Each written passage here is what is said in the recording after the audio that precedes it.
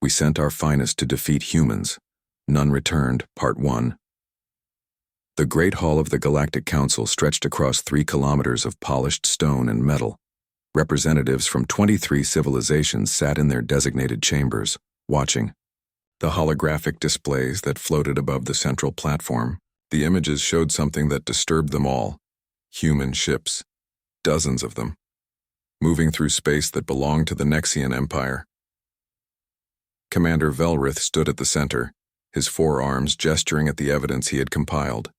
His scales gleamed under the artificial lights as he addressed the council with barely controlled anger. He had served the galaxy for 200 years, and never in all that time had he seen such audacity from a new species. They came from nowhere, Velrith said, his voice echoing through the chamber. One moment, their planet was silent. The next, they filled the void with their machines. Crude machines, yes, but effective. They spread like a plague across systems we have controlled for millennia. The council members murmured among themselves. Some had heard of humans. Most had not. Earth was listed in the galactic database as a developing world, one that would not achieve faster than light travel for at least 3 more centuries. Yet here they were, decades ahead of schedule, expanding into territory that did not belong to them. What do they want? Asked Council Speaker Marthex, his voice calm, but concerned. Everything, Velrith replied. They take resources from asteroids without permission. They establish colonies on worlds we have marked for future development.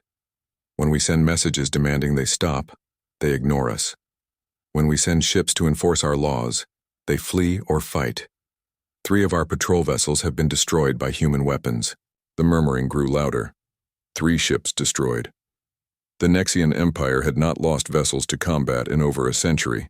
Their technology was superior to almost every species in the known galaxy. How could humans, barely capable of leaving their own star system a generation ago, destroy Nexian warships? Velrith showed another hologram.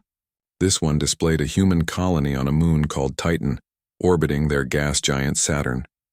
Thousands of humans lived there now, mining valuable gases and rare minerals. The colony had been established without asking permission from anyone. When Nexian inspectors arrived to demand the humans leave, the colonists had simply refused. They are not like other species, Velrith continued. When we conquered the Drellian people, they surrendered after we destroyed their capital city. When we subjugated the Horth, they negotiated terms after losing their fleet. Humans do neither. They fight with everything they have, and when they lose, they rebuild and fight again. They do not understand the concept of accepting defeat. One council member representing the peaceful Lorian collective raised a concern. Perhaps we should attempt diplomacy, open channels of communication, establish trade agreements. Violence should be our last option, not our first. Velrith's scales darkened with frustration. We tried diplomacy. We offered them membership in the galactic community if they would follow our laws. They said no. They want to make their own laws. They want to be treated as equals when they have barely left their home system. Their arrogance must be corrected. The council debated for hours. Some agreed with Velrith, believing that humans needed to learn their place in the galactic hierarchy. Others worried about setting a precedent of violence against emerging species. But as the debate continued, more reports arrived. Another Nexian ship destroyed. A human colony established in a 3rd star system. Mining operations in asteroid fields that belonged to the Kravex Empire. Finally, Council Speaker Marthex called for a vote. We must send a message that the rules of the galaxy apply to all species. I propose we dispatch a military force to human territory. They will deliver an ultimatum, submit to galactic law, or face the consequences. The vote was close, but it passed. The council agreed to send the Kravex Legion, the most feared military force in the known galaxy. For 400 years, the Legion had maintained peace through superior strength. They had never lost a battle. Their warriors were trained from birth, augmented with the finest technology, and led by commanders who had studied warfare for centuries. 5,000 Kravex soldiers boarded the flagship Eternal Dominion, along with 300 warships of various sizes. The fleet was designed to intimidate as much as to fight. Its weapons could level continents, Its shields could withstand the blast of a dying star. As the fleet prepared to depart, Commander Velrith watched from the council chambers and felt satisfied. Soon the humans would learn what every other species had learned. Resistance was futile. Far across the galaxy, on an orbital station above, Earth Captain Day sat in his command chair and studied the incoming data. His dark eyes moved across multiple screens, analyzing patterns in the deep space sensor network. For 3 months, he had been tracking unusual energy signatures at the edge of human space.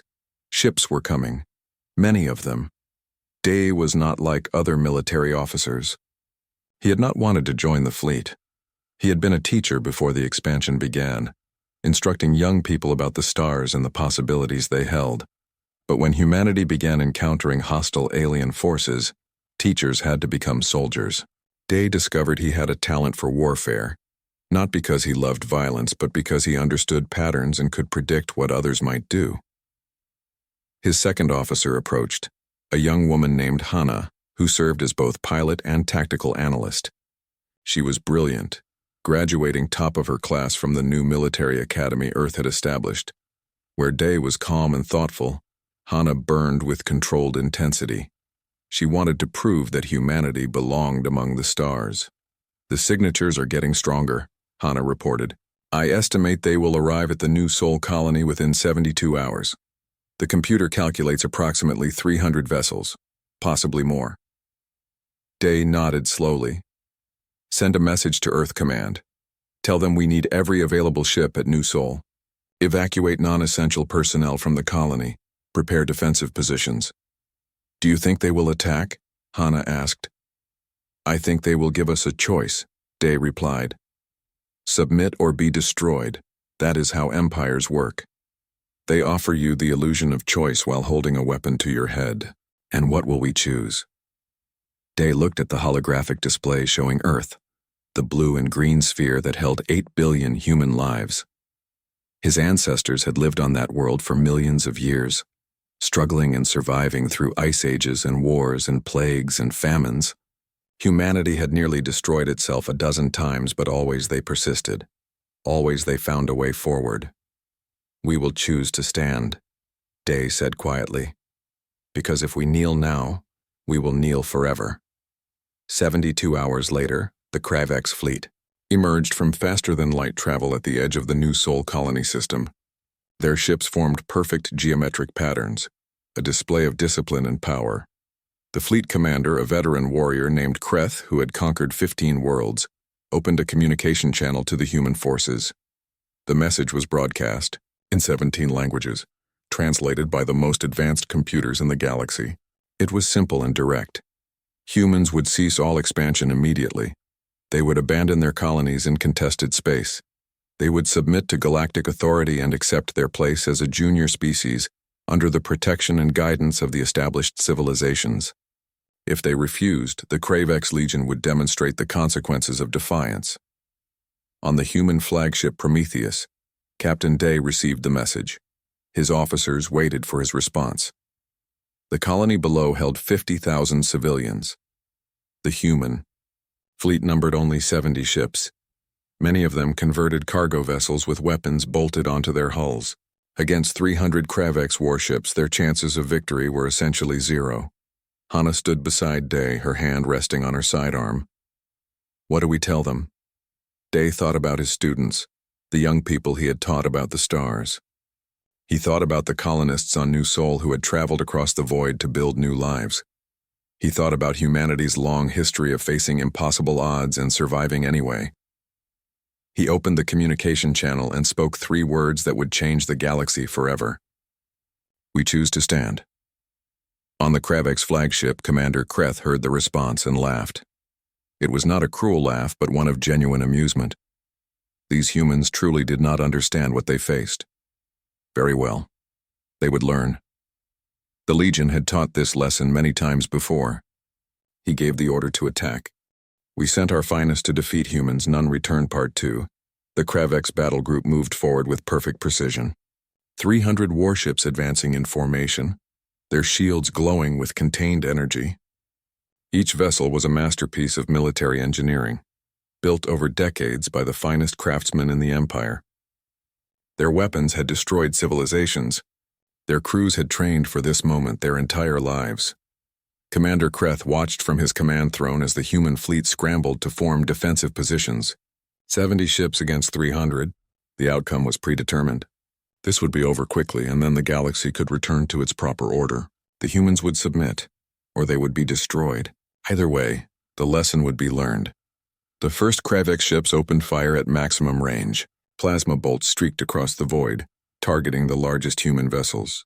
The Kravex expected to see the primitive ships explode immediately. Instead, something unexpected happened. The human ships dodged. It should not have been possible. Kravex targeting computers calculated trajectories with perfect accuracy. Yet the human vessels moved erratically, changing direction without pattern or predictability. Some plasma bolts struck their targets, but many missed. The Kravex computers recalculated, adjusted, fired again. The humans kept moving in ways that made no sense. On the Prometheus, Captain Day coordinated the defense with calm precision. He had studied every piece of data humanity had gathered about alien technology.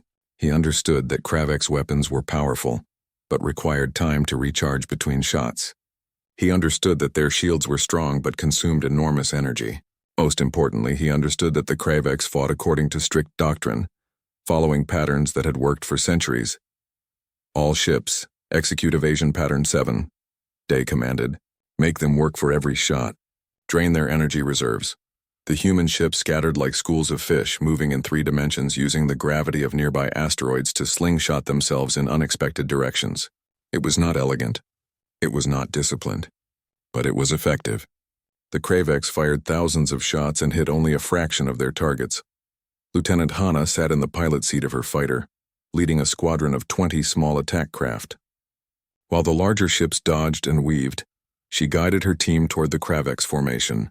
Her hands moved across the controls with practiced skill, her eyes scanning for weaknesses in the enemy formation. Stay close to the debris field, Hana commanded her squadron. Use the asteroids for cover. When I give the signal, we hit them fast and hard. The Kravex had deployed their fighters as well, sleek craft designed for space superiority. They moved to intercept the human squadron, confident in their superior numbers and technology. Hana watched them come, calculating angles and velocities in her mind. She waited until the last possible moment, then gave the order. Break and attack. The human fighters split apart, diving toward the Kravex capital ships rather than engaging the enemy fighters. It was suicide, the Kravex commanders thought. Then they realized what the humans were targeting. Not the main hulls, but the shield generators that protected them. Small, vulnerable points that no one ever targeted because no fighter could get close enough. Hana's fighter screamed through the space between 2 Kravex destroyers, her weapons firing in controlled bursts. She hit the shield generator on one vessel, and its protective field flickered and died.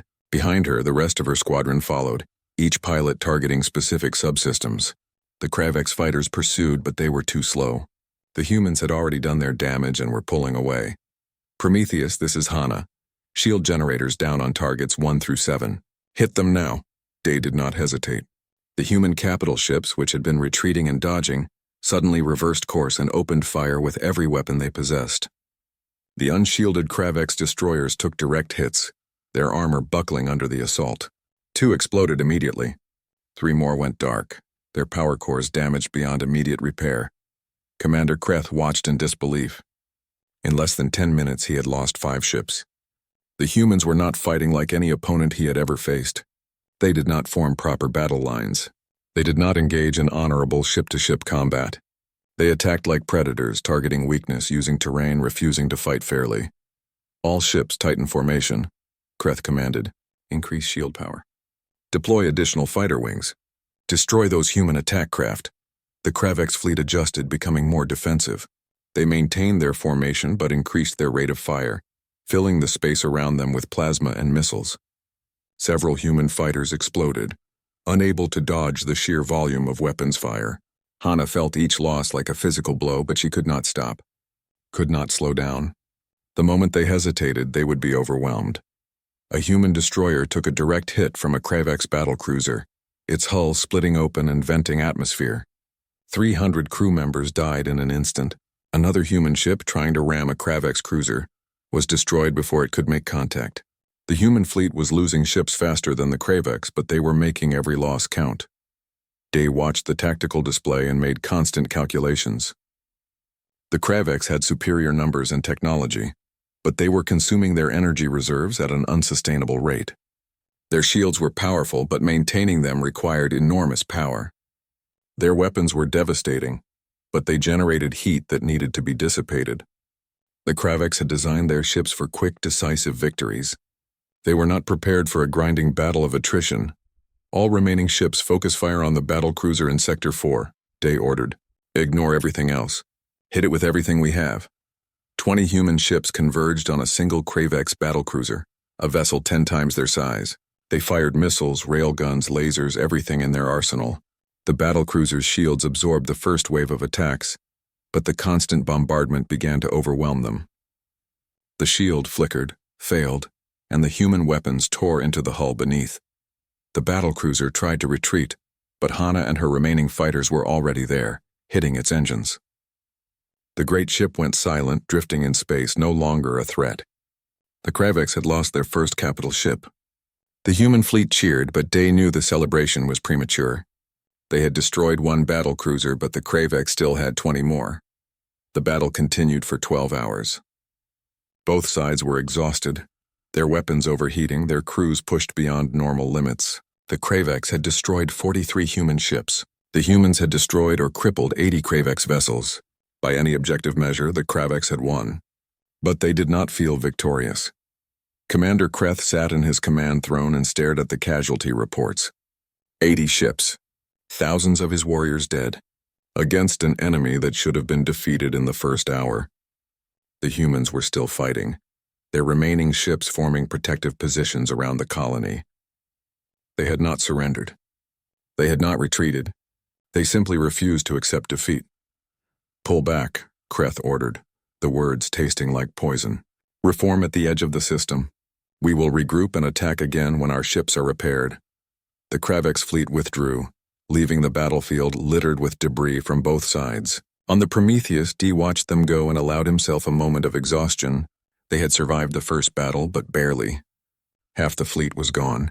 Thousands of humans had died defending the colony. Hana limped back to the Prometheus in her damaged fighter, the only survivor of her original squadron. When she climbed out of the cockpit, her hands were shaking. She had watched 19 of her fellow pilots die, but she had also seen something else. She had seen the mighty Kravex Legion retreat. She had seen them afraid. On Earth, billions of people watched the battle footage transmitted across the communication networks. They saw their ships destroyed. They saw their people die, but they also saw something that had seemed impossible just days before. They saw humanity stand against the greatest military force in the galaxy and survive. Defense Minister Tay addressed the planet from the government chambers. His face was worn and tired, but his voice was steady. Today we lost many brave souls. Today we faced an enemy that has conquered dozens of worlds. Today we showed the galaxy that humanity will not kneel. We will mourn our dead. We will honor their sacrifice. And then we will prepare for the next battle because the Kravex will return. Across Earth, people responded. Volunteers flooded recruitment centers. Factories converted to war production. Scientists worked around the clock to improve weapons and shields. The attack had been meant to break humanity's spirit. Instead, it had united them like never before. In a secret facility beneath the mountains of what was once called Korea, Engineer Bin worked with a team of scientists and technicians. They had recovered debris from the destroyed Kravex ships, including pieces of their advanced technology. Bin studied the alien shield generators, weapon systems, and power cores with fascination. The Kravex technology was impressive, but it was not magic. It could be understood. It could be copied. It could be improved. How long until we can integrate this into our ships? Bin asked his team. 3 months, maybe 4, replied one of the scientists. We sent our finest to defeat humans. None returned. Part 3. The Galactic Council received Commander Kreth's report with stunned silence. 80 ships lost in a single engagement. The Kravex Legion had suffered more casualties in 12 hours than they had in the previous 10 years combined. Council Speaker Marthex read the battle analysis 3 times, hoping he had misunderstood something. He had not. "This is unacceptable," Commander Velrith declared, his scales turning dark red with rage. The Legion retreated. Against primitives with converted cargo ships, the finest warriors in the galaxy retreated. They did not retreat. Kreth's holographic image responded coldly from across the void. They tactically repositioned to preserve combat effectiveness. "There is a difference." "Call it what you wish," Velrith snapped. "The fact remains that you failed to achieve your objective. The humans still occupy their colony. They still defy galactic law. And now, thanks to your failure, they believe they can win." The council chamber erupted in debate. Some members called for sending reinforcements to crush the human rebellion. Others suggested negotiation, arguing that humanity had earned the right to be heard. A few whispered that perhaps the council had made a mistake, that provoking a species they did not understand was dangerous. Commander Kreth waited for the arguing to subside before speaking again. "I am deploying the Void Reapers. If the humans will not surrender their colonies through space superiority, we will take them through ground assault." The Reapers have never failed. The Void Reapers were legend throughout the galaxy, augmented warriors who had been trained since childhood in every form of combat. They wore powered armor that could withstand direct hits from heavy weapons. Their reflexes were enhanced beyond natural limits. They had conquered 50 worlds, facing everything from primitive clubs to advanced energy weapons. They had never been defeated. 3,000 Void Reapers boarded assault ships and launched toward human colonies. Their target was New Busan, a mining colony on a moon rich with rare minerals. The colony had 8,000 civilians and a garrison of 300 militia soldiers. The Kravex expected to capture it within hours. The Void Reapers entered the moon's atmosphere in drop pods, screaming toward the surface like meteors. They landed in precise formations, their armor absorbing the impact without difficulty. The colony's defenses opened fire immediately, but the Reapers' shields deflected most of the weapons. They advanced toward the main habitation domes, confident in their inevitable victory. Then the ground exploded beneath them. Corporal Jiho had been a construction worker before the war began. He knew every tunnel, every maintenance shaft, every weak point in the colony's structure. When the Kravex attack was detected, he and his militia unit had prepared a welcome that the Void Reapers would never forget. The first wave of Reapers fell into concealed pits lined with improvised explosives. Others triggered mines that Jiho's team had buried using construction equipment. The Reapers who survived the traps found themselves facing an enemy that refused to fight conventionally. The humans did not stand in formation. They attacked from shadows, from tunnels, from behind barricades that looked like ordinary construction materials. "Fall back to the western habitat," Jiho shouted to his unit. "Let them follow us into the killing zone." The Void Reapers pursued, their augmented bodies allowing them to move with incredible speed. They broke through the first barricade easily, then the second. The humans seemed to be fleeing in panic, exactly as expected. The Reapers advanced through a narrow maintenance corridor, their sensors detecting human life signs ahead. Then Jiho triggered the charges his team had placed in the corridor's support beams. The ceiling collapsed, crushing a dozen Reapers and blocking the passage. The surviving Reapers turned to retreat, only to find the way behind them had been sealed as well. They were trapped in a section of the colony that Jiho knew better than his own home. "Vent the atmosphere," Jiho commanded calmly. The humans wore emergency suits and had breathing equipment. The Void Reapers relied on their armor's life support. When the atmosphere vented into space, their systems had to work harder to keep them alive. Every second they spent in the vacuum drained their power reserves. Jiho waited, watching through security cameras as the Reapers tried to cut through the sealed doors. Then he sent in his militia, attacking from multiple directions through routes only the colony's builders knew existed. The fighting was brutal and personal. In the confined spaces of the colony, the Reapers' superior technology mattered less. A human with a welding torch could damage armor. A well-placed explosive could kill even an augmented warrior. The Void Reapers discovered that humans fought with a viciousness that their training had not prepared them for. These were not soldiers defending territory. These were colonists defending their homes, and they fought like cornered animals. After 6 hours of combat, the Reaper commander ordered a retreat. Of the 300 Void Reapers who had attacked New Busan, 87 were dead, and another 40 were too damaged to continue fighting. The remaining Reapers withdrew to their ships, carrying their wounded and trying to understand what had happened. They had fought in jungles and deserts, in cities and on plains against every kind of enemy. Never had they faced an opponent who turned their own environment into such an effective weapon. Jiho watched the Kravex ships leave from the colony's command center. His militia had lost nearly half its members. The colony's infrastructure was heavily damaged. But they had won. The mighty Void Reapers had been driven back by construction workers and miners wielding improvised weapons. News of the victory spread across human space within hours. If New Busan could defeat the Void Reapers, then any colony could resist. The message was clear. Humanity would not surrender, no matter how powerful the enemy seemed. On Earth, Engineer Bin had succeeded in his impossible task. His team had reverse-engineered critical components of Kravex technology and integrated them into human systems. The new weapons were not elegant. They were not as efficient as the original Kravex designs, but they worked, and that was all that mattered. Captain Day, now promoted to Admiral, inspected the first ship equipped with the hybrid technology. The Indomitable had been a simple destroyer before. Now it mounted shield generators copied from Kravex designs, weapons that fired plasma instead of simple projectiles, and engines that could achieve speeds previously impossible for human vessels. Will it hold together? Day asked Bin, who supervised the installation personally. Probably, Bin replied with a tired smile. The technology is stable, but we are pushing it beyond its designed limits. The Kravex built their systems to last centuries. We built ours to last long enough to win the next battle. That is all we need, Dai said. How many ships can you upgrade? 20 are ready now. Another 30 will be completed within a week.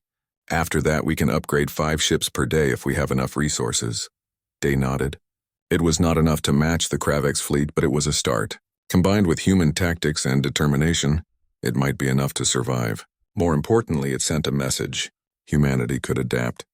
Humanity could learn. Every battle made them stronger rather than weaker.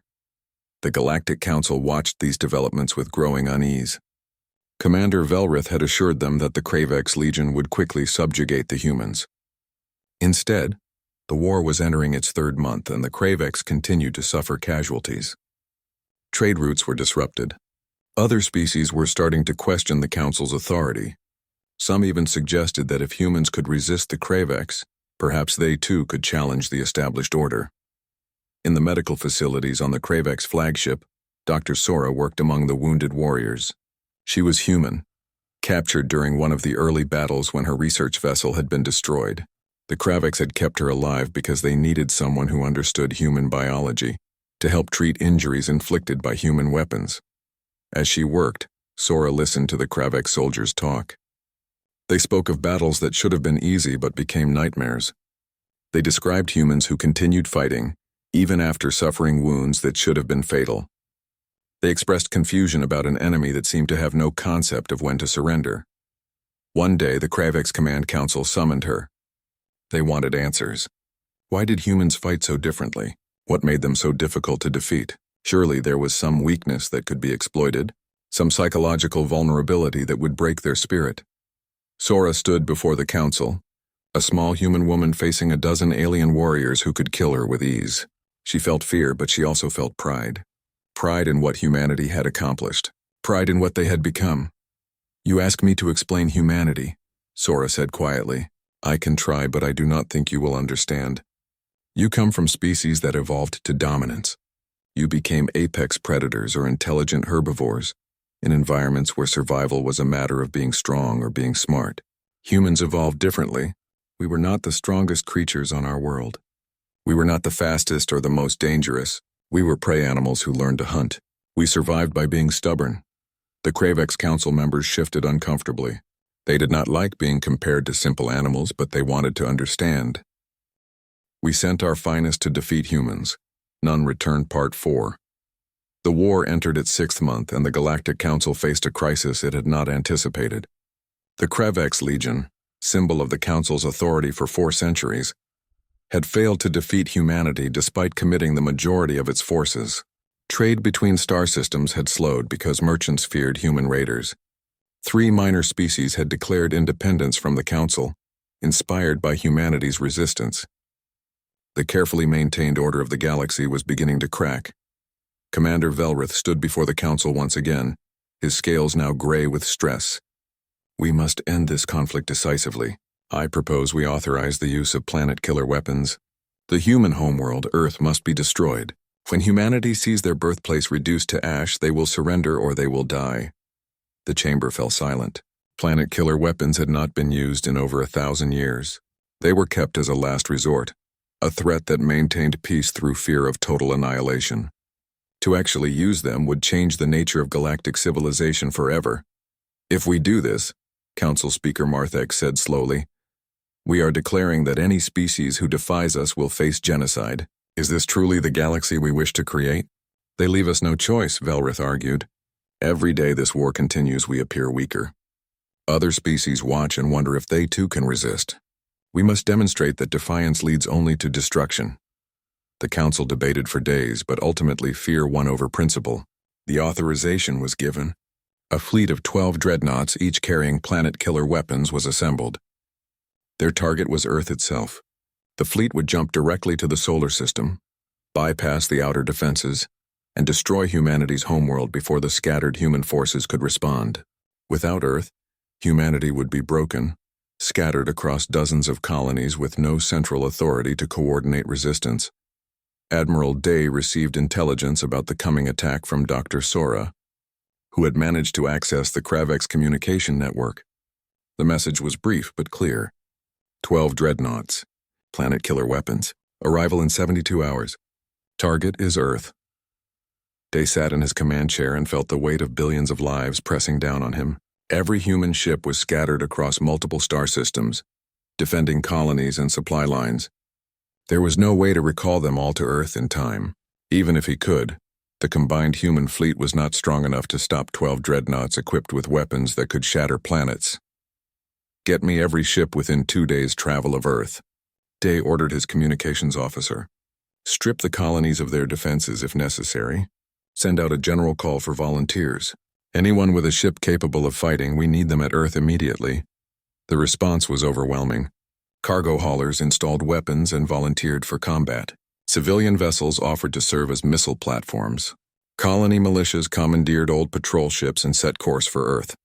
Within 48 hours, Day had assembled a fleet of 230 vessels.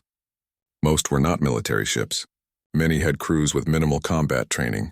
But they came anyway, because Earth was humanity's home, and if it fell, humanity would have nowhere to return to.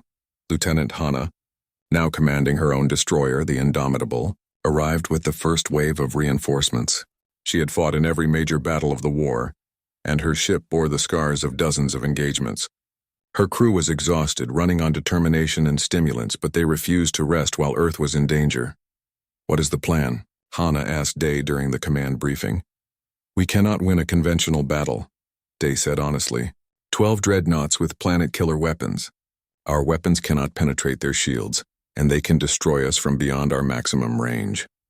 If we try to fight them directly, they will eliminate us and then destroy Earth. Then what do we do? Asked another captain. Day pulled up a tactical display showing the solar system. We do what humans have always done. We cheat. We use every dirty trick we know, and we make them pay for every meter they advance. The plan was desperate and would require sacrifices that made everyone in the briefing uncomfortable. But no one argued. They all understood that conventional tactics would fail. If humanity was going to survive, they needed to embrace the chaos that had made them successful so far. Corporal Jiho had been recalled from New Busan to help coordinate Earth's ground defenses. He knew that if the fleet failed in space, the Kravex would land troops. Earth's cities would become battlefields, and every human would become a soldier. Jiho trained civilian volunteers in urban warfare, teaching them the same tricks that had worked on New Busan: how to use buildings as weapons, how to turn everyday materials into explosives, how to make every street a killing ground. Will it be enough? Asked one of the volunteers, a young man who had been a teacher before the war. No, Jiho answered honestly. But we will make them bleed for every city they take. We will make them remember that conquering Earth was the worst decision they ever made. Engineer Bin worked in his laboratory beneath the mountains, racing against time. He had one final weapon to contribute to the defense, something so dangerous that using it terrified him. Modified fusion drives that could be overloaded to create massive explosions. A ship carrying one could destroy everything within hundreds of kilometers. The problem was that the overload required manual activation. Someone would have to stay with the ship, guide it to the target, and trigger the explosion knowing they would not survive. "How many can you build?" Dee asked when Ben presented the design. "I have materials for 12, Ben replied. "One for each dreadnought. And pilots? I have 500 volunteers. All of them understand they will not return." Day closed his eyes and felt the weight of command crushing him. 500 people willing to die. 12 who would actually do it. He thought about refusing, about finding another way. But there was no other way. If the dreadnoughts reached Earth, billions would die. 12 lives to save billions. The mathematics were clear, even if the moral calculation was not. "Prepare the weapons," Day ordered, "and make sure the volunteers understand what they are choosing." The Kravex fleet emerged from faster-than-light travel at the edge of the solar system, their massive dreadnoughts arranged in a protective formation. Commander Kreth had been given overall command of the operation, and he was determined not to fail again. The fleet would jump directly to Earth, deploy the planet-killer weapons, and end this war before the scattered human forces could respond. Then the sensors detected the human fleet waiting for them. Over 200 ships arranged in no particular formation, their weapon systems powered up and ready.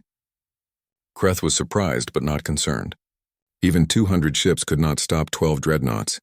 This was either a suicide attack or a pointless gesture of defiance. "All ships advance to Earth," Kreth commanded. "Ignore the human fleet unless they attack directly. Our mission is to deploy the planet killers, not waste time with their desperate defense." The dreadnoughts moved forward, their shields at maximum power. The human fleet attacked immediately, but as Kreth had predicted, their weapons could barely scratch the dreadnought shields.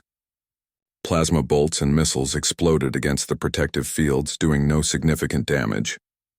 A few human ships tried ramming attacks and were vaporized before they could make contact. Admiral Day watched the battle unfold and waited for the right moment. The Kravex were advancing exactly as he had predicted, maintaining formation, ignoring the smaller ships to focus on their primary target. They believed their shields made them invincible. They were about to learn otherwise. "All ships with modified drives, begin your runs," Day ordered quietly, "and may whatever gods exist have mercy on us all." 12 human vessels broke from the main fleet, each one piloted by a volunteer who had said goodbye to their families and made peace with their fate. These were not military vessels. They were converted cargo ships and mining haulers, barely armed. Their only weapon the overloaded fusion drive in their engine compartment. Lieutenant Hana watched the suicide ships accelerate toward the dreadnoughts and felt tears streaming down her face. She knew several of the pilots personally, good people who had chosen to die so that others might live. She wanted to look away but forced herself to watch. They deserved to be witnessed. Their sacrifice deserved to be remembered. The Kravex detected the approaching ships and targeted them with defensive weapons. 3 were destroyed before they could reach their targets. 2 more exploded when their damaged drives detonated prematurely. But 7 made it through. 7 ships piloted by 7 people who would never see another sunrise. The first ship reached a dreadnought and its pilot, a woman named Mireille who had been a cargo hauler before the war, triggered the overload. The explosion was like a small star being born and dying in the same instant. The dreadnought's shields held for almost 3 seconds, then collapsed under the massive energy release. The shockwave tore the dreadnought apart, scattering debris across thousands of kilometers. 6 more explosions followed in rapid succession. 7 dreadnoughts were destroyed or crippled so badly they were no longer combat effective. The remaining 5 dreadnoughts halted their advance, their commanders shocked by the devastating attack. "We sent our finest to defeat humans. None returned," Part 5. The Kravex fleet limped back to their home system. 4 damaged dreadnoughts carrying the survivors of what was supposed to be a quick and decisive victory. Of the 5,000 elite warriors who had departed 6 months ago with confidence and pride, fewer than 2,000 returned. The rest were dead, captured or missing, scattered across human space in the wreckage of destroyed ships. The Galactic Council convened an emergency session, but the chamber lacked its usual formality. Representatives spoke over each other, accusations flew back and forth, and the carefully maintained order that had existed for millennia seemed on the verge of collapse. Commander Velrith was not present. He had resigned in disgrace and retreated to his homeworld, unable to face the consequences of his failed strategy. Council Speaker Marthex called for silence and finally achieved it through sheer force of will. "We must acknowledge the truth," he said, his voice heavy with exhaustion. "The Kravex Legion, our finest military force, has been defeated. 8 dreadnoughts destroyed. Thousands of warriors dead. The humans remain defiant, and our attempt to subjugate them has failed completely." "We can send more forces," suggested one council member, though his words lacked conviction. "Mobilize the entire Nexian fleet. Call upon all member species to contribute ships and soldiers." "To what end?" Marthex replied. "So we can lose more ships? More lives? We sent our finest to defeat the humans, and none of them returned victorious. What makes you think sending more will change the outcome?" The question hung in the air like poison gas. For centuries, the Galactic Council had maintained peace through the threat of overwhelming force. Species joined the Council voluntarily, because the alternative was conquest by the Kravex Legion. But if the Legion could be defeated, if humans could resist and survive, then the entire foundation of galactic authority was built on a lie. "What do you propose?" asked another representative. "That we simply accept the humans as equals. Acknowledge that our laws do not apply to them. What kind of precedent does that set?" "The precedent," Marthex said carefully, "is that some species cannot be conquered. Perhaps it is time we stopped trying." The debate continued for days, but the conclusion was inevitable. The Council authorized peace negotiations with humanity. Not surrender, they insisted, but a recognition of mutual interests and respect. The galaxy would have to change, and the humans had forced that change through blood and determination. On Earth, the celebration lasted for weeks. Billions of people took to the streets, crying and laughing and mourning and celebrating all at once. They had survived. Against impossible odds, facing an enemy that had conquered dozens of worlds, humanity had stood firm and refused to break. The victory had cost tens of thousands of lives, hundreds of ships, and the sacrifice of heroes like Admiral Day. But Earth still existed. Humanity still lived. Lieutenant Hana was promoted to Admiral and given command of Earth's defense fleet. She accepted the honor, but privately wondered if she deserved it. So many had died, including friends and comrades who were braver than she had ever been. She thought about her first squadron, 19 pilots who had followed her into battle and never returned. She thought about Admiral Day, who had taught her that leadership meant being willing to sacrifice yourself before asking others to do the same. At the memorial service for the fallen, Hana stood before thousands of people and tried to find words that would honor the dead. She spoke of courage and sacrifice, of ordinary people doing extraordinary things, of humans who had faced annihilation and chose to fight anyway. When she finished, she placed flowers at the memorial wall, where thousands of names were carved in stone.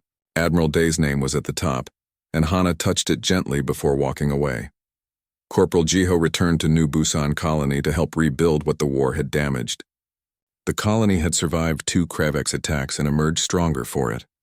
The tunnels and maintenance shafts that Jiho had turned into weapons were now being expanded and improved, transforming the colony into a fortress that could withstand any future attack.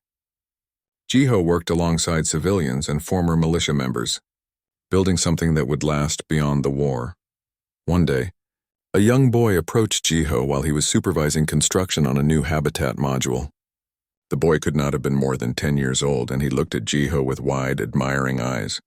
"Are you really Corporal Jiho?" the boy asked. "The one who fought the Void Reapers?" Jiho smiled sadly. "I am one of many who fought. We all did our part. When I grow up, I want to be like you," the boy declared. "I want to protect the colony."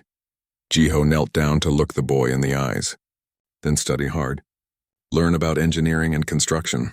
The best defenders are not the ones who destroy things, but the ones who build things worth defending. Can you do that?" The boy nodded seriously, and Jiho ruffled his hair before returning to work. He thought about the future, about what humanity would become now that they had proven themselves in the galaxy.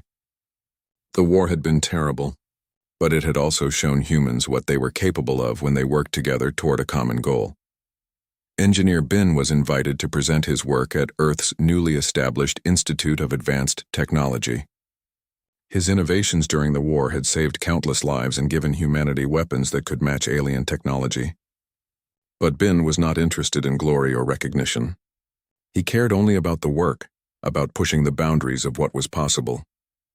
The Kravex technology is impressive, Bin told an audience of scientists and engineers, but it is also limited. They build things to last forever, to be perfect and unchanging. We build things to solve immediate problems, to be improved and modified. This gives us an advantage they cannot match. While they perfect one design over centuries, we create 100 designs in a decade and find the one that works best. The audience applauded, but Bin was already thinking about the next challenge. Humanity needed faster ships, better shields, weapons that could defend against threats they had not yet encountered. The war with the Kravex was over, but the galaxy was vast and full of unknowns. Humanity needed to be ready for whatever came next. Dr. Sora was released as part of the peace negotiations and returned to Earth aboard a neutral transport vessel. She had spent months among the Kravex, learning their language and culture, understanding their way of thinking. What she had learned would be invaluable as humanity navigated its new relationship with the galactic community. Defense Minister Tay met with Dr. Sora personally to debrief her about her time in captivity. They spoke for hours about the Kravex, about the other species in the Council, about the complex politics that governed galactic civilization. Tay listened carefully, understanding that humanity's survival now depended on diplomacy as much as military strength. "What do they think of us now?" Tay asked. "The Kravex, the Council, the other species?" "They are afraid," Sora replied honestly. "We broke something they thought was unbreakable.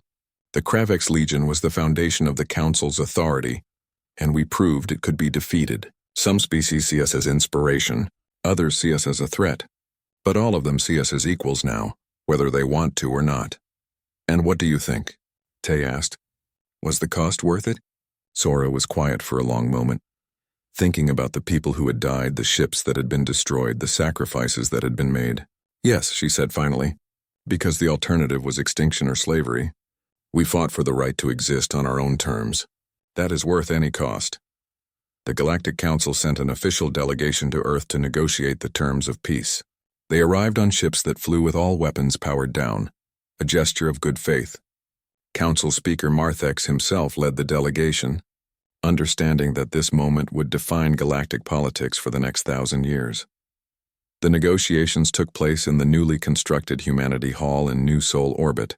Deliberately chosen because the colony had been the site of the first battle, Marthex and his delegation sat across from human representatives, including Defense Minister Tay, Admiral Hana, and surprisingly Corporal Jiho, who was included as a representative of the colonies. "We come to discuss peace," Marthex began formally. "The Galactic Council acknowledges that our attempt to enforce authority over humanity was a mistake. We offer recognition of human sovereignty over all territories you currently occupy. We invite humanity to join the Council as an equal member, with full voting rights and protections." Tay listened carefully, then consulted with his fellow representatives. The offer was generous, more than humanity had expected. But there was one critical question that needed to be asked. "And what guarantee do we have," Tay said slowly, "that the Council will not decide at some future date that we have grown too strong, too independent, and need to be subjugated again?" Marthex spread his hands in a gesture of honesty. "None. Just as we have no guarantee that humanity will not become aggressive and threaten other species. Trust must be built over time, through actions rather than words. But I can tell you this. The Council has learned that some species cannot be conquered. You have earned your place through blood and sacrifice. We will not forget that." The negotiations continued for weeks, hammering out details about trade, military boundaries, cultural exchange, and dispute resolution.